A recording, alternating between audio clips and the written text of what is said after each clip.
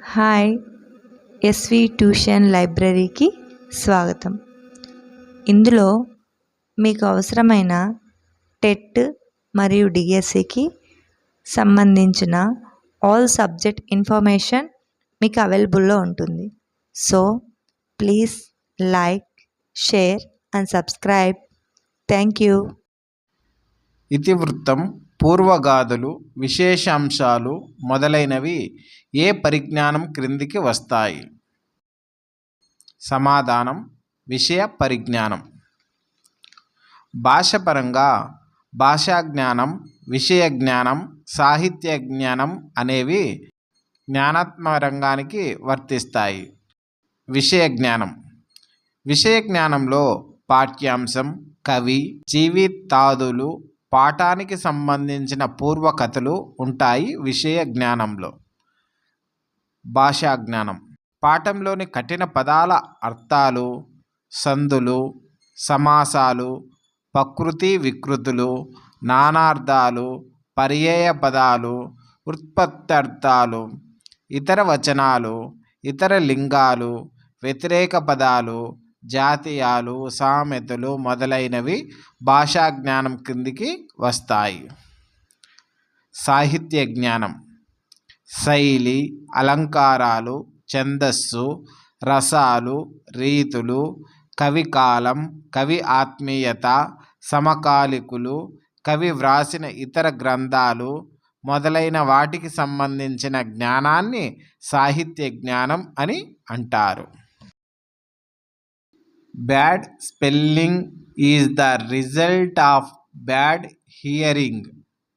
దుష్టోచ్చారణకు కారణం వినికిడిలో శ్రద్ధ వహించకపోవడమే అనే వాక్యంలో దాగిన ముఖ్య భాషా నైపుణ్యం. సమాధానం: శ్రవణం. ఇందులోనే మనకు సమాధానం, క్వశ్చన్లోనే సమాధానం ఉంది. వినికిడిలో శ్రద్ధ వహించకపోవడం. వినికిడి అనేది మనకు హియర్, చెవికి సంబంధించినది కాబట్టి సమాధానం శ్రవణం అవుతుంది. కిండర్ గార్డెన్ పద్ధతిని ప్రవేశపెట్టిన విద్యావేత్త. సమాధానం: ప్రొబెల్. కిండర్ గార్డెన్ అనే రెండు జర్మన్ పదాలు కలిసి కిండర్ గార్డెన్ అనే పదం ఏర్పడింది. దీనికి శిశువుల తోట అని అర్థం. కిండర్ గార్డెన్ పద్ధతినే బాలోద్యాన పద్ధతి అని కూడా అంటారు. ఈ పద్ధతిని ప్రతిపాదించి అమలు చేసిన విద్యావేత్త ప్రొబెల్. తోటలో లేత మొక్కలను పెంచినట్లే శిశువులను కూడా జాగ్రత్తగా తీర్చిదిద్దాలనే సిద్ధాంతం ఈ కిండర్ గార్డెన్ పద్ధతికి ఆధారం. దీని నిర్వహణ విధానం మాంటిసోరీ పద్ధతి మాదిరిగానే ఉన్నా కిండర్ గార్డెన్ పద్ధతిలో కాలవ్యయం, ధనవ్యయం తక్కువ. క్రీడా పద్ధతిలోని క్రీడా సూత్రం ప్రాతిపదికగా రూపకల్పన చేయబడ్డదే ఈ కిండర్ గార్డెన్ పద్ధతి. ప్రొబెల్ రచించిన గ్రంథం ద ఎడ్యుకేషన్ అండ్ ప్లాన్. పిల్లల్లో సంపూర్ణ మూర్తిమత్వ వికాసానికి ఉపకరించే ఆధునిక బోధనా వ్యూహం కిండర్ గార్డెన్ పద్ధతి.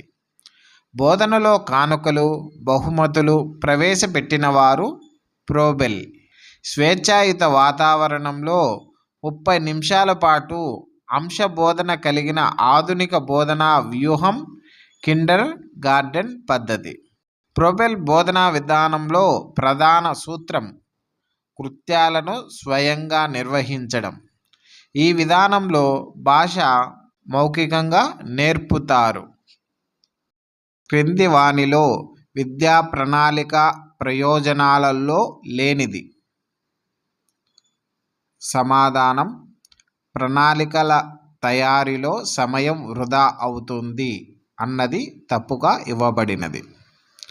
విద్యా ప్రణాళిక ప్రయోజనాలు. విద్యా ప్రణాళిక వల్ల లక్ష్యాత్మక విద్యను అందించవచ్చు. ఈ విద్యా ప్రణాళిక వల్ల బోధన సులువుగా మారుతుంది. సకాలంలో పరీక్షలు నిర్వహించవచ్చు. ప్రణాళికలు ఉపాధ్యాయునికి కలిగే ప్రయోజనాలు. లక్ష్యాత్మక విద్యను అందించడం సులభం అవుతుంది. ప్రణాళికల వల్ల లక్ష్యాత్మక విద్యను అందించడం సులభం అవుతుంది. బోధన సులువుగా చేయవచ్చు. బోధన అభ్యసన సామాగ్రిని నిర్ణీత కాలంలో సిద్ధం చేసుకోవచ్చు. ప్రణాళికల వల్ల బోధన అభ్యసన సామాగ్రిని నిర్ణీత కాలంలో సిద్ధం చేసుకోవచ్చు. అవసరమైనప్పుడు బోధనలో మార్పులు చేర్పులు చేసుకోవచ్చు. అభ్యసన ఫలితాలు నిరంతరం మూల్యాంకనం చేయవచ్చు. బోధనాభ్యాసన ప్రక్రియ వేగంగా ముందుకు సాగుతుంది. అభ్యసనంలో వెనుకబడిన పిల్లల్లో ప్రత్యామ్నాయ బోధన ద్వారా సామర్థ్యాల అభివృద్ధికి తోడ్పడుతుంది. ప్రణాళికలు ఉపాధ్యాయుడు వృత్తి నైపుణ్యాలు పెంపొందించుకోవచ్చు. ఉపాధ్యాయుడు వృత్తిపరమైన నైపుణ్యాలను పెంపొందించుకోవచ్చు ప్రణాళికల వల్ల. ఉపాధ్యాయుడు తన ప్రతిభను నిర్ణీత సమయంలో ప్రదర్శించవచ్చు.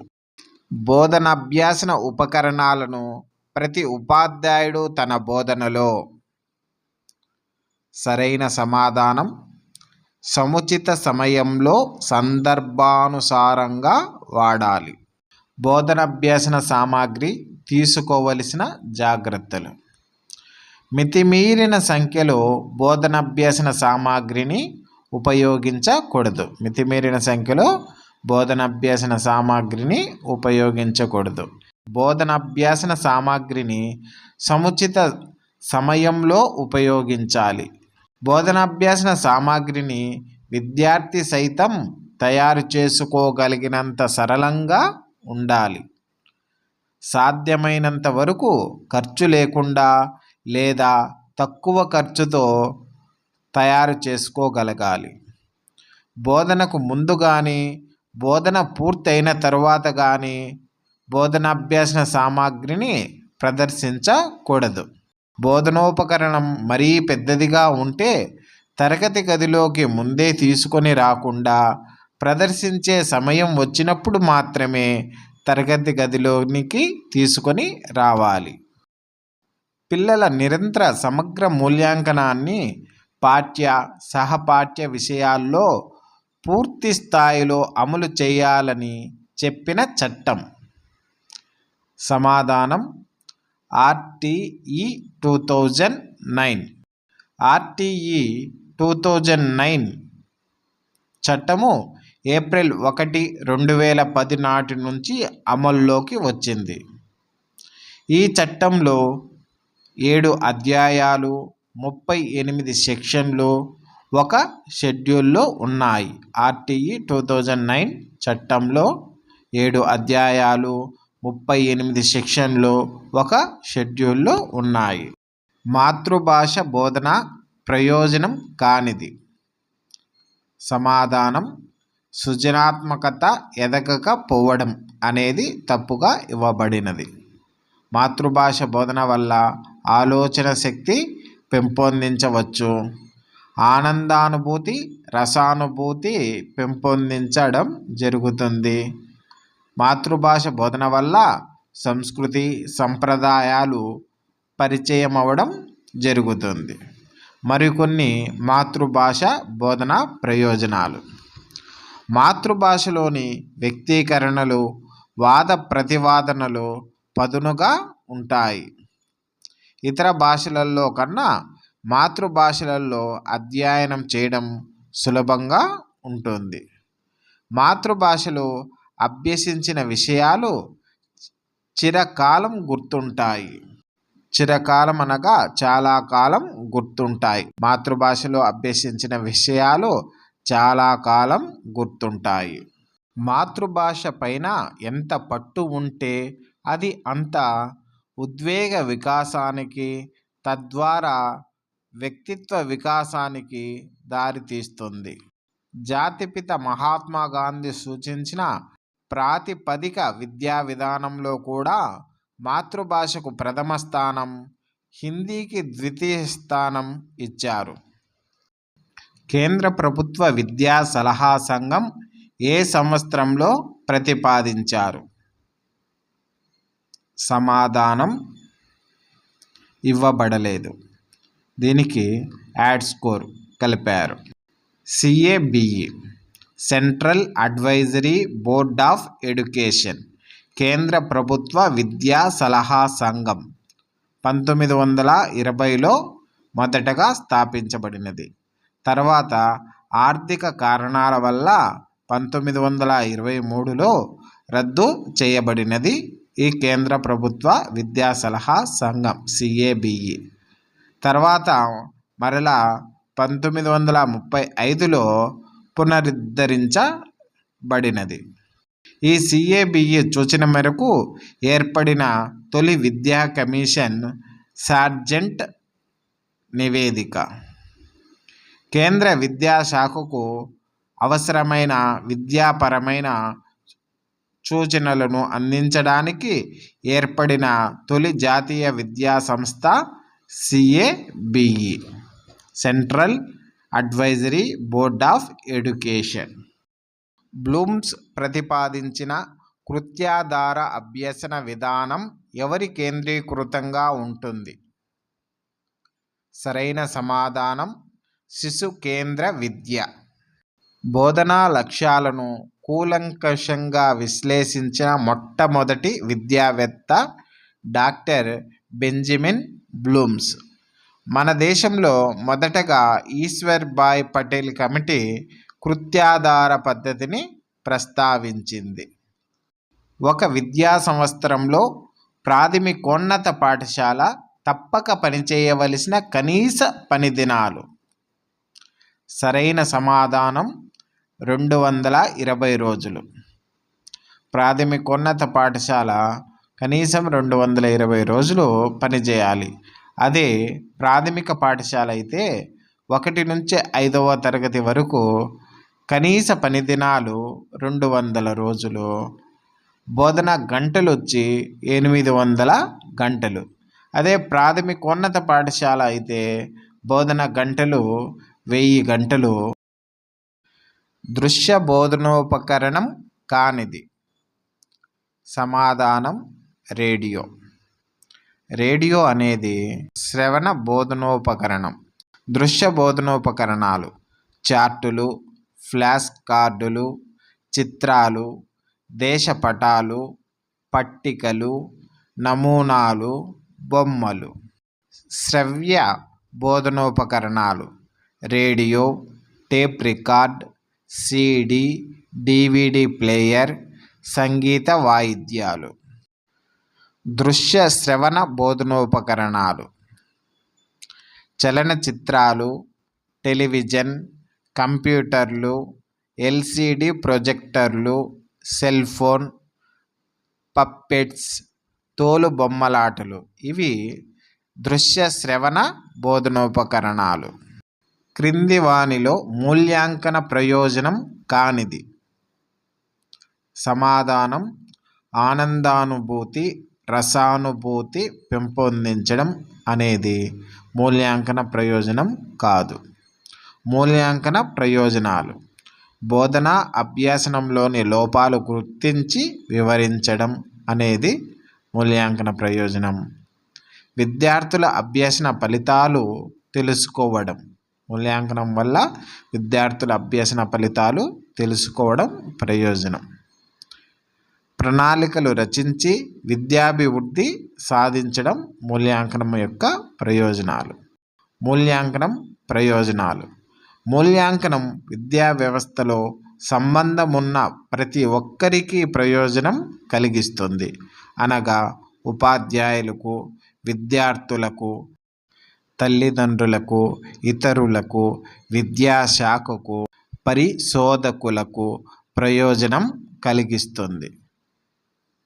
మూల్యాంకన ప్రయోజనాలు పట్టికలో ఇవ్వబడ్డాయి, చూడగలరు. మీకు నచ్చినట్లయితే సబ్స్క్రైబ్ చేసుకోగలరు, షేర్ చేయగలరు.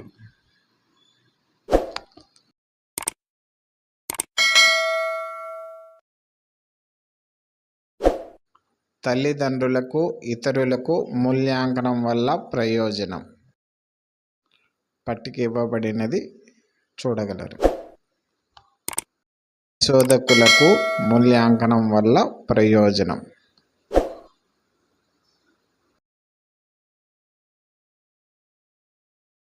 నేర్చిన విషయానికి తగిన సొంత ఉదాహరణలివ్వడం అనేది. సరైన సమాధానం అవగాహన. జ్ఞానం యొక్క స్పష్టీకరణలు గుర్తించుట, జ్ఞప్తికి తెచ్చుకొనుట. అవగాహనకు పునాది జ్ఞానం. అవగాహనను అవబోధం అని కూడా అంటారు. దీనిలో స్పష్టీకరణలు, అవగాహనలో సొంతంగా ఉదాహరణలు ఇవ్వడం, పోలికలు భేదాలు తెలుసుకోవడం, నిగూఢార్థాన్ని కనుగొనుట అవగాహన, సందర్భోచితంగా పద్యాన్ని ఎన్నుకొని అర్థం చెప్పడం కూడా అవగాహన కిందకే వస్తుంది. నైపుణ్యం. అవగాహన వినియోగంలో భాగం నైపుణ్యము. నైపుణ్యాలు 3. 1. వాగ్రూప నైపుణ్యం అంటే భాషణ నైపుణ్యం. 2. పఠన నైపుణ్యం. 3. లేఖన నైపుణ్యం.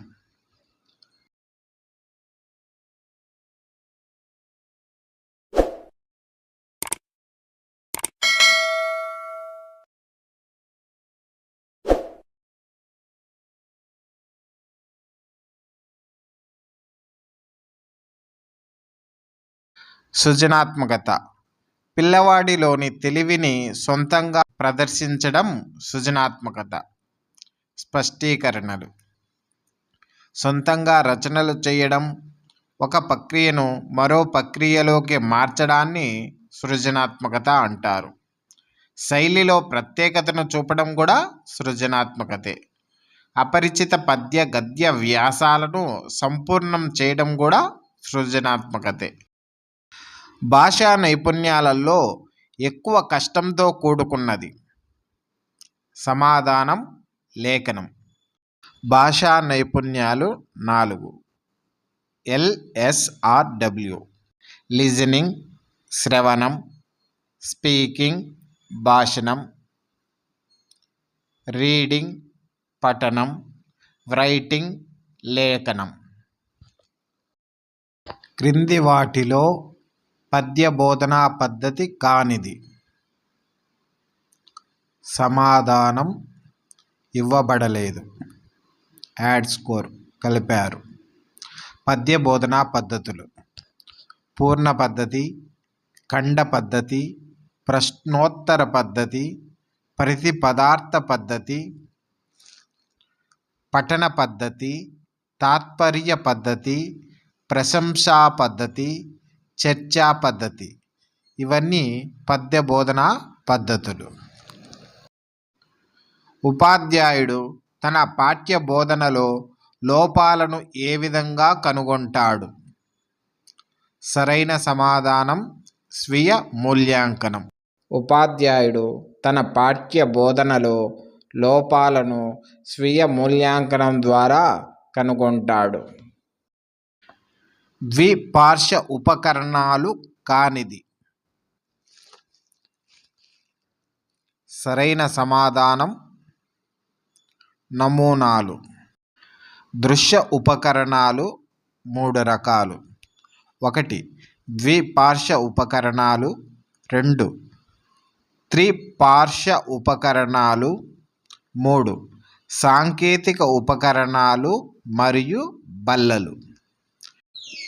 ద్విపార్శ్వ ఉపకరణాలు: వర్ణ చిత్రాలు, రేఖా చిత్రాలు, కథా చిత్రాలు, స్థూలాకృతి చిత్రాలు, ఛాయాచిత్రాలు, వ్యంగ్య చిత్రాలు, ధారాపటాలు, మెరుపు అట్టలు, స్క్రిప్ట్ చార్టులు, కరపత్రాలు, పత్రికలు.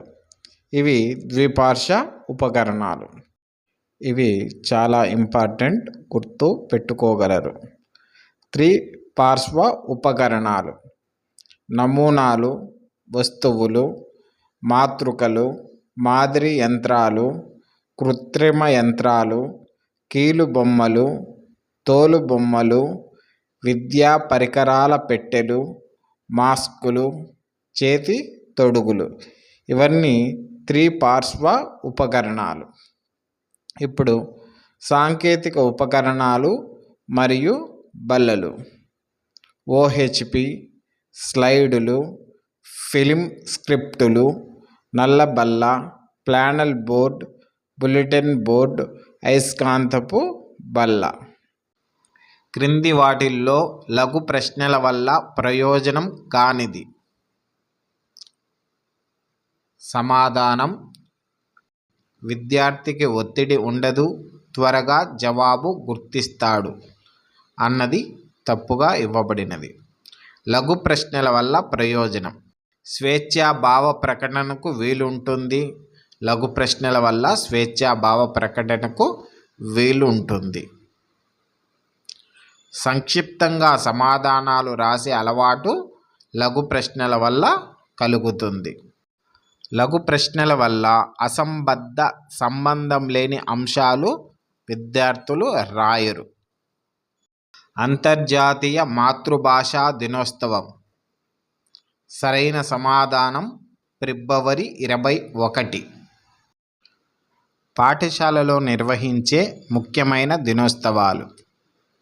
అంతర్జాతీయ మాతృభాషా దినోత్సవం ఫిబ్రవరి 21. అంతర్జాతీయ మహిళా దినోత్సవం మార్చి 8. ప్రపంచ వినియోగదారుల దినోత్సవం మార్చి 15. అంతర్జాతీయ నాటక రంగ దినోత్సవం మార్చి 27. తెలుగు నాటక రంగ దినోత్సవం కందుకూరి జయంతి ఏప్రిల్ 16. తెలుగు భాషా దినోత్సవం గిడుగు రామమూర్తి జయంతి ఆగస్టు 29. జాతీయ ఉపాధ్యాయ దినోత్సవం సెప్టెంబర్ 5. ప్రపంచ ఉపాధ్యాయ దినోత్సవం అక్టోబర్ 5. అంతర్జాతీయ అక్షరాస్యత దినోత్సవం సెప్టెంబర్ 8. ప్రపంచ సంగీత దినోత్సవం అక్టోబర్ 1. జాతీయ బాలల దినోత్సవం November 14. Language is the dress of thought. భాష ఆలోచనలకు ఆకృతి అన్న మహాశయుడు. సమాధానం జాన్సన్. మరికొన్ని భాషా నిర్వచనాలు పట్టికలో ఇవ్వబడ్డాయి. ఇవి చాలా ముఖ్యమైన నిర్వచనాలు, గమనించగలరు.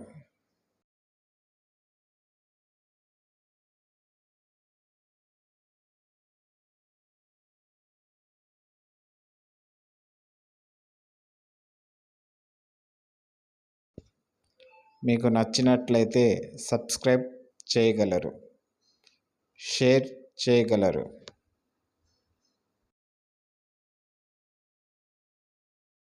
వ్యాకరణ బోధన ప్రయోజనం కానిది.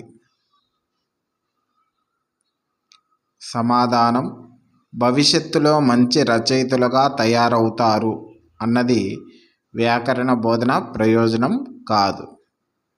వ్యాకరణ బోధన ప్రయోజనాలు: విరామ చిహ్నాల వినియోగాన్ని తెలుసుకుంటారు. వాక్యంలో పదాల మధ్య గల సంబంధాలను తెలుసుకుంటారు. వ్యాకరణ బోధన వలన పదాలకు అర్థాలను సందర్భాలను బట్టి గ్రహిస్తారు. క్రింది వాటిలో మనోవైజ్ఞానిక పరీక్ష కానిది. సమాధానం: సాధన పరీక్షలు. సాధన పరీక్ష అనేది మనోవైజ్ఞానిక పరీక్ష కాదు. మనోవైజ్ఞానిక పరీక్షలు ప్రజ్ఞా పరీక్షలు, మూర్తిమత్వ పరీక్షలు, సహజ సామర్థ్య పరీక్షలు ఇవి మనోవైజ్ఞానిక పరీక్షలు. బోధనా సోపానాల్లో మొదటిది. సమాధానం ఉన్ముఖీకరణం, మోటివేషన్, ప్రేరణ. పాఠ్యపథకం హెర్బర్ట్ సోపానాలు: 1 సన్నాహం, 2 సమర్పణ లేదా ప్రదర్శన, 3 సంసర్గం లేదా పోలిక. 4 సాధారణీకరణం, 5 అన్వయం లేదా వినియోగం, 6 పునర్విమర్శ. విస్తార పఠనానికి ఉపయోగపడేవి. సమాధానం ఉపవాచకాలు. విస్తార పఠనానికి ఉపవాచకాలు ఉపయోగపడతాయి. విస్తార పఠనంను విస్తృత పఠనం లేదా వినోద పఠనం అని కూడా అంటారు. తక్కువ సమయంలో ఎక్కువ పఠనం చేయడమే విస్తార పఠనం. ఒక అంశంలోని భావావేశాలు మాత్రమే తెలుసుకుంటూ చదవడం విస్తార పఠనం. విస్తార పఠనానికి సాధనం ఉపవాచకం. విస్తార పఠనానికి నాంది మౌన పఠనం. విద్యార్థులు సవర్ణ దీర్ఘ సంధి ఏర్పడే విధానాన్ని గుర్తించడం అనేది. సమాధానం వివృత లక్ష్యం. సంవృత లక్ష్యం. ఏ విధంగానూ వ్యాఖ్యానానికి గురి కానివి సంవృత లక్ష్యం. సంవృత లక్ష్యం ఒకే వాక్యకు చెందినవి. విద్యార్థులు రామాలయం అనే పదంలోని సంధిని సవర్ణ దీర్ఘ సంధి అని గుర్తించడం సంవృత లక్ష్యం. వివృత లక్ష్యం. ఇవి వ్యాఖ్యానానికి లోబడి ఉంటాయి. వివృత లక్ష్యం పలు వాక్యాలకు చెందింది. విద్యార్థులు సవర్ణ దీర్ఘ సంధి ఏర్పడే విధానాన్ని గుర్తించడం వివృత లక్ష్యం. విద్యార్థులలో అశ్రద్ధను పోగొట్టాలంటే చేయవలసినది. సమాధానం బోధనోపకరణాలను చూపిస్తూ శ్రద్ధను పెంచుట. విద్యార్థులలో అశ్రద్ధను పోగొట్టాలంటే ఉపాధ్యాయులు బోధనోపకరణాలను చూపిస్తూ విద్యార్థుల్లో శ్రద్ధను పెంచాలి. మన దేశంలో కృత్యాధార పద్ధతిని మొదట ప్రస్తావించిన కమిటీ. సమాధానం ఈశ్వరీబాయి పటేల్ కమిటీ. దృశ్య శ్రవణ ఉపకరణం కానిది. సమాధానం పోస్టర్లు. పోస్టర్లు అనేది దృశ్య ఉపకరణం.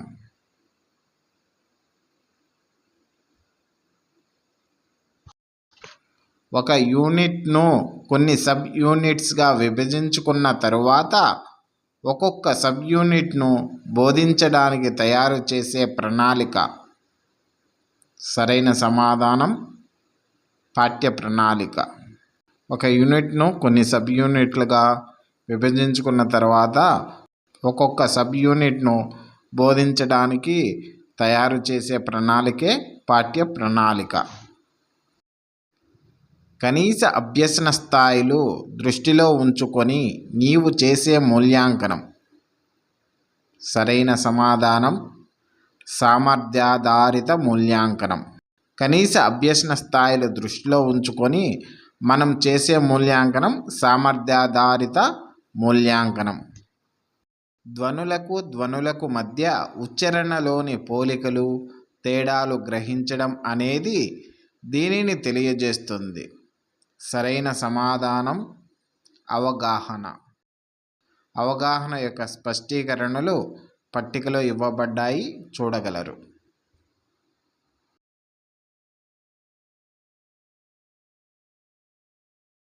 వచ్ అనే సంస్కృత ధాతువు నుండి ఏర్పడని పదం. సమాధానం శ్రవణం. వచ్ అనే సంస్కృత ధాతువు నుండి ఏర్పడిన పదాలు వచనం, వాక్కు, వాచికం. ఇవి సంస్కృత ధాతువు నుండి ఏర్పడిన పదాలు. ఒక గద్యాంశాన్ని ఒక కథలాగా విద్యార్థులకు తెలియజేసి వారి చేత ఆ కథను తిరిగి చెప్పించడం అనేది ఈ పద్ధతి. సరైన సమాధానం కథా కథన పద్ధతి. కథా కథన పద్ధతిలో ఉపాధ్యాయుడు పాఠ్యాంశాన్ని కథలాగా చెప్పి విద్యార్థుల చేత తిరిగి చెప్పించాలి. ఇలా చెప్పించే పద్ధతే కథా కథన పద్ధతి. ప్రశ్నోత్తర పద్ధతి అంటే విద్యార్థులలో పాఠ్యాంశాన్ని మౌన పఠనం చేయించి పాఠ్యాంశం కేంద్రంగా ప్రశ్నిస్తూ సమాధానాలను రాబట్టే పద్ధతే ప్రశ్నోత్తర పద్ధతి. చర్చా పద్ధతి అంటే పాఠ్యాంశంపై ఉపాధ్యాయుడు విద్యార్థులు కలిసి సమగ్రంగా చర్చించడం ద్వారా జ్ఞానాన్ని పొందే పద్ధతే చర్చా పద్ధతి. విద్యార్థులు స్వేచ్ఛగా అభిప్రాయాలు వ్యక్తీకరించే పద్ధతి చర్చా పద్ధతి. వివరణ పద్ధతి.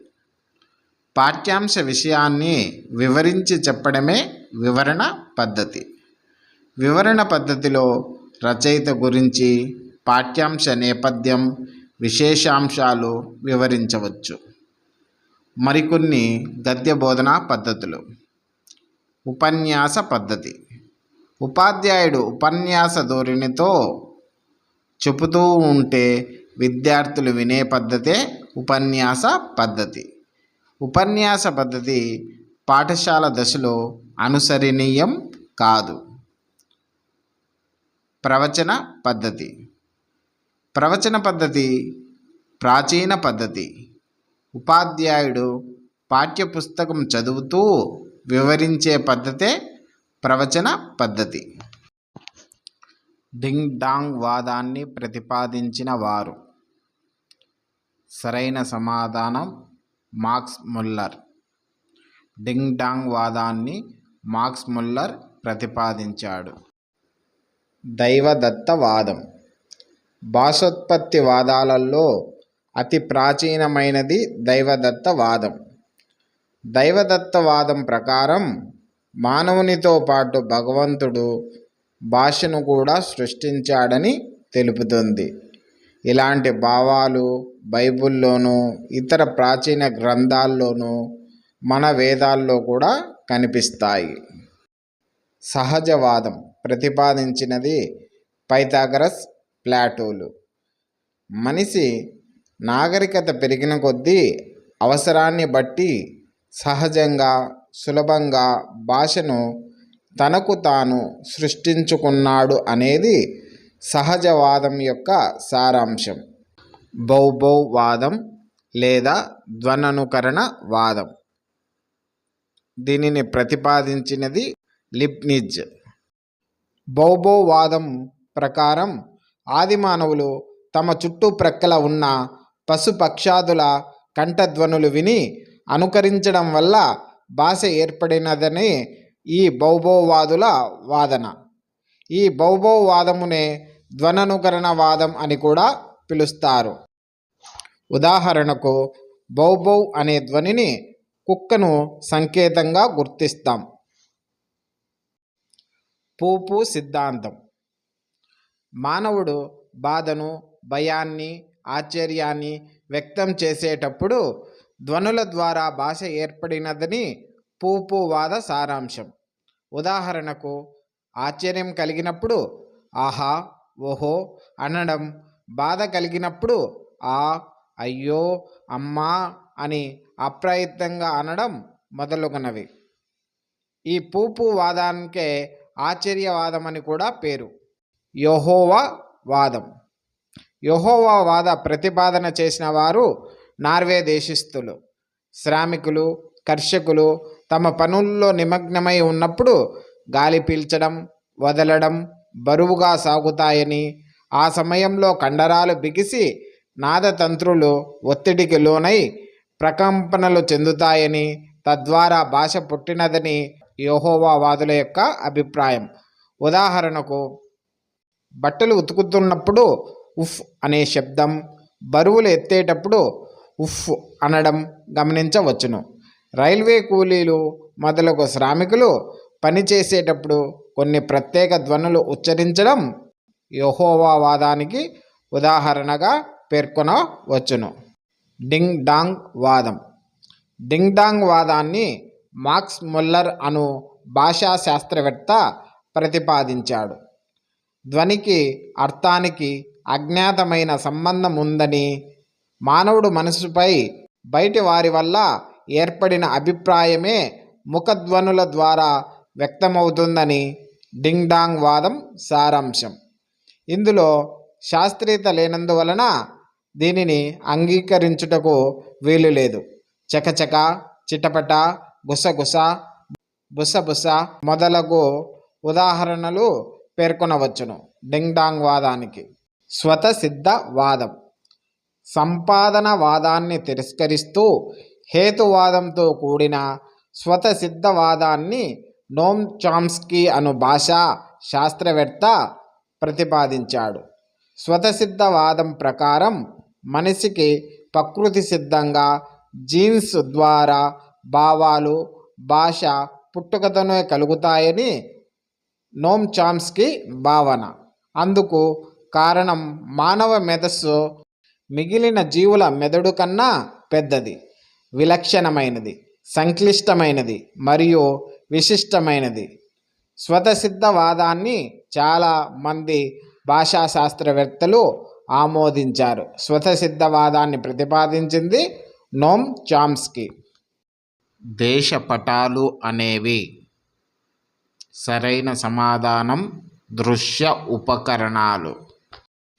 ప్రతి ఎగ్జాములో ఈ ఉపకరణాల గురించి అడుగుతున్నారు. ముందు వివరించడం జరిగినది.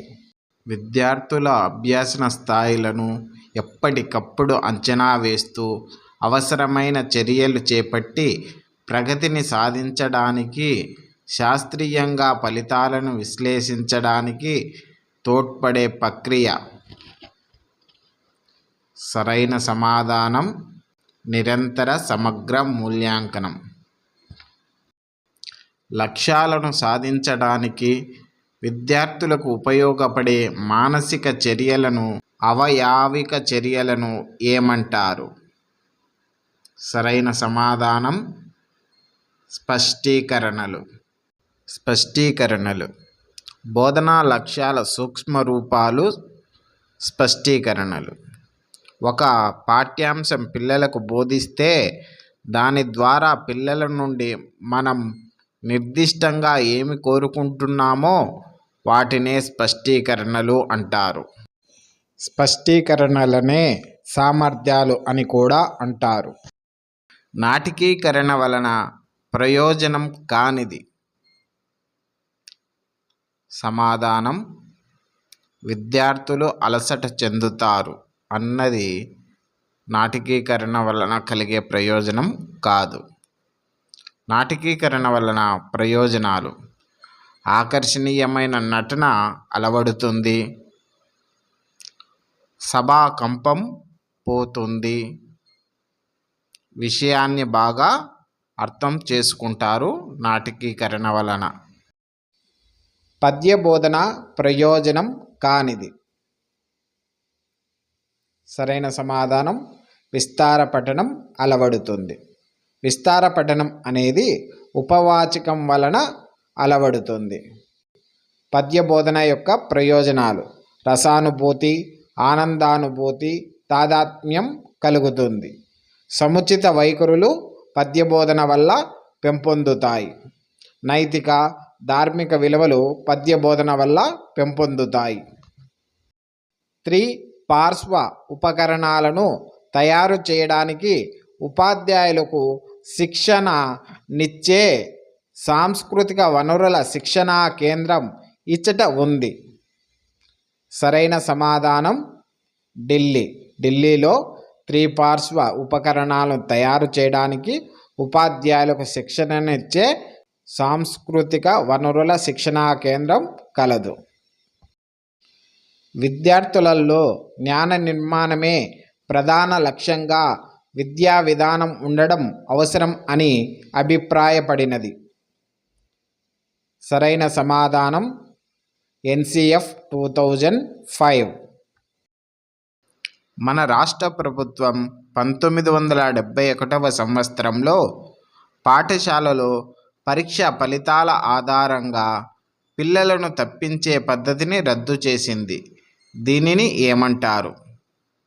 సరైన సమాధానం నాన్ డిటెక్షన్ పద్ధతి. నాన్ డిటెక్షన్ పద్ధతి అంటే పిల్లలు పరీక్షా ఫలితాలలో తప్పితే మరలా అదే తరగతిలో కొనసాగించేవారు. దానిని 1971 నుంచి రద్దు చేశారు. నిర్మాణాత్మక విమర్శనాత్మక దృష్టిని పెంపొందించుకొనుట అనునది. సరైన సమాధానం భాషాభిరుచి. భాషాభిరుచి నిర్వచనాలు: మనస్సును ఒకదాని వైపు ఆకర్షింపజేయడమే అభిరుచి అన్నది రాస్. నిరంతరము అవగాహన కలిగించడానికి తోడ్పడే మానసిక ప్రక్రియే అభిరుచి అన్నది బిఎన్. భాషాభిరుచి స్పష్టీకరణలు: ఉత్తమ పద్యాలు ధారణ చేసి పఠించడం, సాహిత్య రచనలు చేయడం, సాహిత్య రచనలతో పోలికలు చెప్పడం భాషాభిరుచి. సందర్భానుసారంగా గ్రంథకర్తల ప్రామాణిక గ్రంథాలలో ఉండే అభిప్రాయాలను ఉదాహరించడం భాషాభిరుచి. గిడుగు వెంకట రామమూర్తి గారి జన్మదినాన్ని ఏ దినోత్సవంగా జరుపుకుంటున్నాం? సరైన సమాధానం తెలుగు భాషా దినోత్సవం. తెలుగు భాషా దినోత్సవం ఆగస్టు 29. గిడుగు వెంకటరామమూర్తి గారి జన్మదినాన్ని తెలుగు భాషా దినోత్సవంగా జరుపుకుంటున్నాం. అంతర్జాతీయ మాతృభాషా దినోత్సవం వచ్చి ఫిబ్రవరి 21. అంతర్జాతీయ అక్షరాస్యత దినోత్సవం సెప్టెంబర్ 8. అంతర్జాతీయ సంగీత దినోత్సవం అక్టోబర్ 1. తెలుగు భాషా దినోత్సవాలు చాలా ఇంపార్టెంట్. మొదటిలో వివరించడం జరిగినది గుర్తించగలరు. ఉత్తమ భాషణం లక్షణం కానిది. సరైన సమాధానం దోషాలతో మాట్లాడడం. దోషాలతో మాట్లాడడం అనేది ఉత్తమ భాషణ లక్షణం కాదు. ఉత్తమ భాషణం యొక్క లక్షణాలు ధైర్యంగా మాట్లాడడం, ధారాళంగా మాట్లాడడం, స్పష్టంగా మాట్లాడడం. ఇవి ఉత్తమ భాషణం యొక్క లక్షణాలు. ఉచిత నిర్బంధ విద్యా హక్కు బిల్లును లోక్సభ ఆమోదించిన తేదీ. సరైన సమాధానం 4 ఆగస్టు 2009. ఉచిత నిర్బంధ విద్యా హక్కు బిల్లును RTE 2009 2009 జూలై 2న కేబినెట్ ఆమోదం, 2009 జూలై 20న రాజ్యసభ ఆమోదం, 2009 ఆగస్టు 4న లోక్సభ ఆమోదం, 2009 ఆగస్టు 26న రాష్ట్రపతి ఆమోదం తెలిపారు. ఉచిత నిర్బంధ విద్యా హక్కు అమల్లోకి వచ్చిన తేదీ 2010 ఏప్రిల్ 1. పాఠ్యపుస్తకాల విద్యా ప్రమాణాలలో లేనిది. సరైన సమాధానం మూల్యాంకనం. 7 విద్యా ప్రమాణాలను 3 విద్యా ప్రమాణాలుగా మార్చడమైనది. 1. అవగాహన ప్రతిస్పందన. వినడం, మాట్లాడడం, చదవడం, రాయడం. 2. వ్యక్తీకరణ సృజనాత్మకత. స్వీయ రచన, సృజనాత్మకత, ప్రశంస. 3. భాషాంశాలు పదజాలం, వ్యాకరణాంశాలు. మంచి ప్రశ్నాపత్రం లక్షణం కానిది. సరైన సమాధానం కాఠిన్యత. మంచి ప్రశ్నాపత్రం యొక్క లక్షణాలు: వస్తునిష్టత, ప్రామాణికత, ఔపయోగిత, నిరంతరత, బోధనాభ్యసన ప్రక్రియలో అంతర్భాగం, సమగ్రత. వస్తునిష్టత సర్వజనీన లక్షణం కలిగి ఉండడమే కాకుండా వ్యక్తిగత ఆపేక్షలకు, నిరపేక్షలకు అతీతమై ఉండాలి. మదింపు చేసే దానిపై ఇతర ప్రభావాలేమీ పడకుండా జాగ్రత్త వహించడమే వస్తునిష్టత. ప్రామాణికత ఏ అంశాన్నైతే మదింపు చేయాలని భావిస్తామో ఆ అంశాన్ని మాత్రమే మదింపు చేసే లక్షణమే ప్రామాణికత. ఔపయోగిత విద్యా వ్యవస్థలో భాగస్వామ్యులైన అందరూ ఈ మూల్యాంకన సాధనాలు సులభంగా వినియోగించుకోగలిగినప్పుడే వీటికి ఔపయోగిత అనే లక్షణం ఉంటుంది. అంతేకాకుండా ఫలితాలను అందరూ తేలికగా వ్యాఖ్యానించగలగాలి. నిరంతరత. మూల్యాంకనం ఏదో ఒక సమయంలో కాకుండా బోధనాభ్యాసన ప్రక్రియలో నిరంతరం కొనసాగాలి. అభ్యసనం జరుగుతున్నంతసేపు జరగాలి. విద్యార్థుల ప్రగతిని ఉపాధ్యాయులు సులభంగా మదింపు చేయగలగాలి. బోధనాభ్యాసన ప్రక్రియలో అంతర్భాగం. మూల్యాంకనాన్ని బోధన పూర్తయిన తర్వాత గాక బోధనాభ్యాసన ప్రక్రియలో భాగంగా నిర్వహిస్తూనే ఉండాలి. సమగ్రత. మూల్యాంకనాన్ని కేవలం పాఠ్య విషయాలకే పరిమితం కాకుండా సహపాఠ్య కార్యక్రమాలు కూడా పాఠ్య కార్యక్రమాల్లో భాగంగా మూల్యాంకనం చేయాలి. అన్ని అంశాలకు ప్రాధాన్యత ఉండాలి. అప్పుడే విద్యార్థి సమగ్ర వికాసాన్ని అంచనా వేయవచ్చు. పూర్తిగా చూసినందుకు ధన్యవాదములు. మీకు నచ్చినట్లయితే సబ్స్క్రైబ్ చేసుకోగలరు. మీకు డిఎస్సికి టెట్కు సంబంధించిన పూర్తి సమాచారం అందించబడును. మీ సమయం మాకు అమూల్యమైనది. మీ సమయం వృధా చేసే అంశాలు ఎస్వి ట్యూషన్ లైబ్రరీలో అసలు ఉండవు. మీ సమయం వృధా చేయబడదు. గుర్తించగలరు. Please like and subscribe for more videos. Thank you.